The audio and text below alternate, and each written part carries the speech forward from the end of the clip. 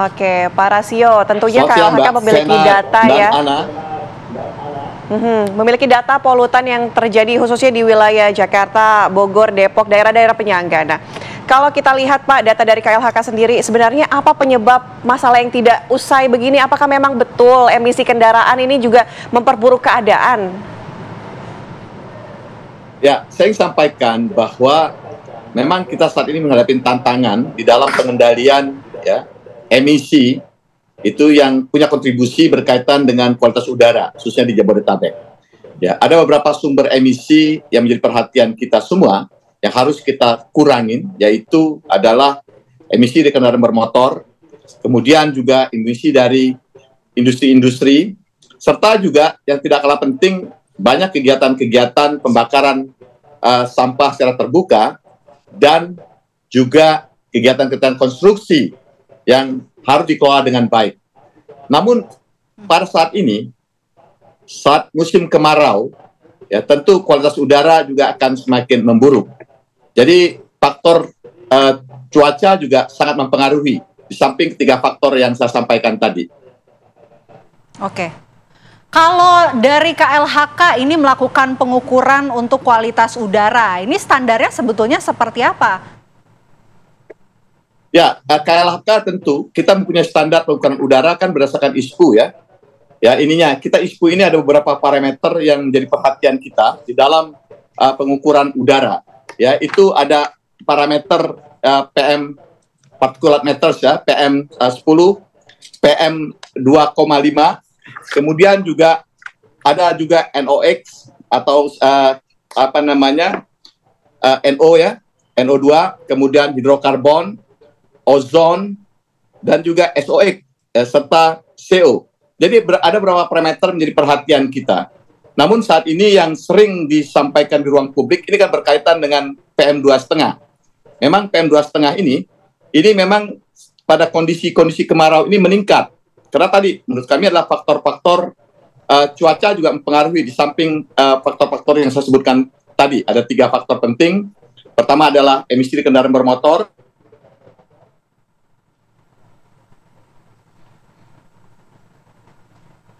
Oke.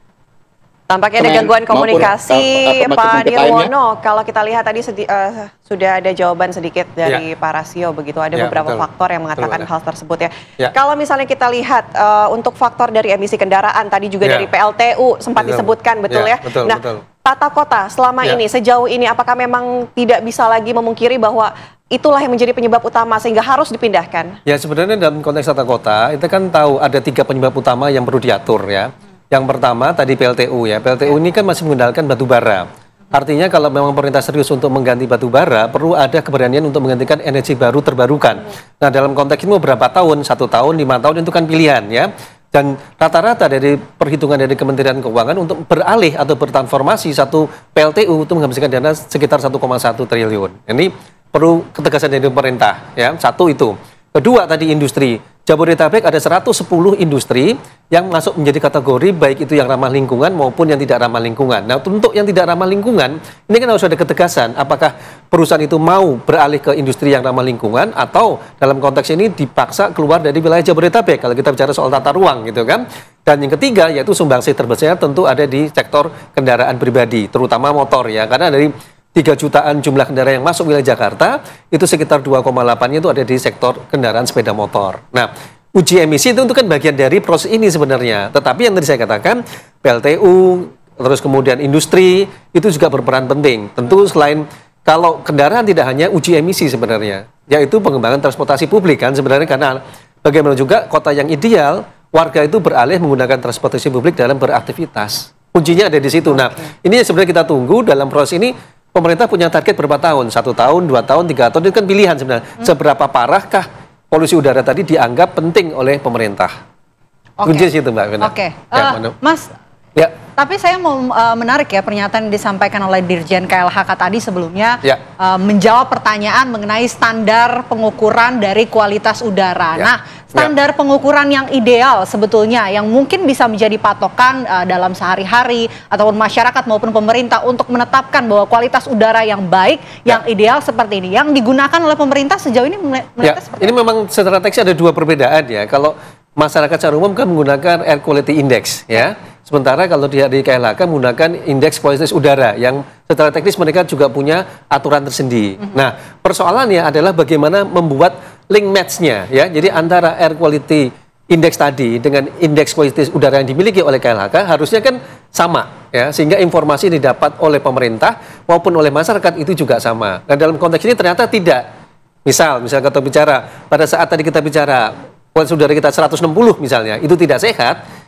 Di dalam IQ ya, indeks kualitas udara belum tentu itu masuk dalam kategori sehat ya. Nanti kita akan baca titiknya di mana, misalnya di titik GBK misalnya di daerah Jakarta Selatan atau di Jakarta Pusat atau di Jakarta Barat atau Jakarta Timur. Kalau dari pantauan di lingkungan kemarin ya, pantauan Kota Jakarta, puncak ataupun sumber polusi udara itu berasal dari timur ya. Jadi ada pabrik, kemudian ada pembakaran di timur karena ada udara atau angin yang mengalir ke arah Jakarta, maka faktor cuaca tadi dan angin mengakibatkan kualitas udara menjadi buruk. Tapi tadi faktornya timur ya. Nanti kalau anginnya dari barat beda lagi nih Mbak. Pasti faktornya juga akan tergantung ya. Betul. Baik. Saya akan ajak Anda kembali berbincang dengan Pak Rasio. Pak Rasio, selamat siang. Selamat siang, Mbak. Oke, Pak Rasio, ini menanggapi yang tadi sempat terputus. Pak Rasio, kalau dari KLHK sendiri untuk proses mitigasi atau mungkin pengendalian dari KLHK sendiri seperti apa Pak sejauh ini? Ya, kalau kita bicara terkait dengan pengendalian pencemaran udara, kan kita harus identifikasi dulu sumber-sumber pencemarnya atau emisinya. Ya, kami mempunyai sistem sekarang kami monitoring karena kami punya station, ada 15 station untuk pemantau kualitas udara di Jabodetabek ini. Kemudian dari station-station ini kami identifikasi sumber-sumber apa saja yang punya kontribusi terkait dengan penurunan kualitas udara ini. Nah, dari situ, tentu kami akan lakukan langkah-langkah penanganan. Pertama adalah kami sampaikan setelah kami melakukan identifikasi sumber-sumber yang ada. Tadi saya jelaskan kan ada paling tidak ada 3 sumber utama berkaitan dengan kualitas udara Jakarta, ya. Baik itu dari kendaraan bermotor, emisinya dari pabrik ataupun kegiatan usaha maupun dari kegiatan-kegiatan pembakaran secara terbuka oleh masyarakat dan juga kegiatan-kegiatan konstruksi, ya, terutama untuk parameter PM2,5. Kami di samping melakukan identifikasi sumber-sumber, tentu kami juga akan melakukan pengawasan-pengawasan dan kami tentu juga akan melakukan penindakan-penindakan apabila ditemukan pelanggaran-pelanggaran terkait dengan izin usaha atau kegiatan mereka. Langkah-langkah ini sudah kami lakukan, ya. Sudah banyak kegiatan-kegiatan yang kami lakukan penghentian kalau kami temukan adanya pelanggaran dan juga kami proses penegakan hukum lebih lanjut. Ini langkah-langkah ini kita lakukan. Di samping itu juga tentu kami sampaikan memang ada satu kecenderungan yang menarik berkaitan dengan kualitas udara di Jabodetabek ini. Ya, ini kan meningkat untuk parameter tertentu itu di udaranya adalah pada musim-musim kemarau. Ada juga kita perlu juga pendekatan dengan teknologi ya. Misal tadi sekarang banyak diuji cobakan oleh dan dilakukan oleh Pemda DKI. Ya, mereka menggunakan water mist dan sebagainya, termasuk juga kemungkinan bisa diterapkan modifikasi cuaca. Tapi juga kita perlu dorong juga upaya-upaya untuk dilakukannya untuk penanaman pohon ya, membuka lahan-lahan terbuka, lahan hijau lebih banyak lagi karena kita tahu pohon nggak punya fungsi untuk menurunkan polutan-polutan pencemar ini. Jadi langkah-langkah integrasi ini harus kita lakukan ya, termasuk berkaitan dengan pengendalian emisi di kendaraan. Tentu uji emisi harus kita lakukan dan juga kita harus perketat standar-standar terkait dengan emisi gas buang dari kendaraan bermotor. Saya tadi sepakat dengan Mas Nirwono Yoga ya, berkaitan dengan bagaimana kita juga harus mengendalikan ya industri-industri yang berada di sekitar wilayah Jabodetabek ini. Ya, karena kita harus bisa pastikan bahwa industri-industri yang memang benar-benar industri bersih ya, yang berkaitan dengan pencemaran udara ini berada di lokasi-lokasi sekitar Jabodetabek ini. Itu Mbak Ana maupun Mbak Pena. Ya. Baik, Pak Rasio, kita sudah tangkap poinnya, upaya penegakan hukum, terus upaya lahan hijau juga akan dilakukan. Tapi mungkin kita akan bicara lebih lanjut ya mengenai langkah apa yang kemudian bisa dibenahi. Apakah nanti bisa beralih menggunakan transportasi umum, ataukah ada transportasi ramah lingkungan yang mungkin bisa menjadi solusi? Nanti kita akan bahas lengkapnya usai jeda, pemirsa. Apa kabar Indonesia Siang akan kembali saat lagi untuk Anda.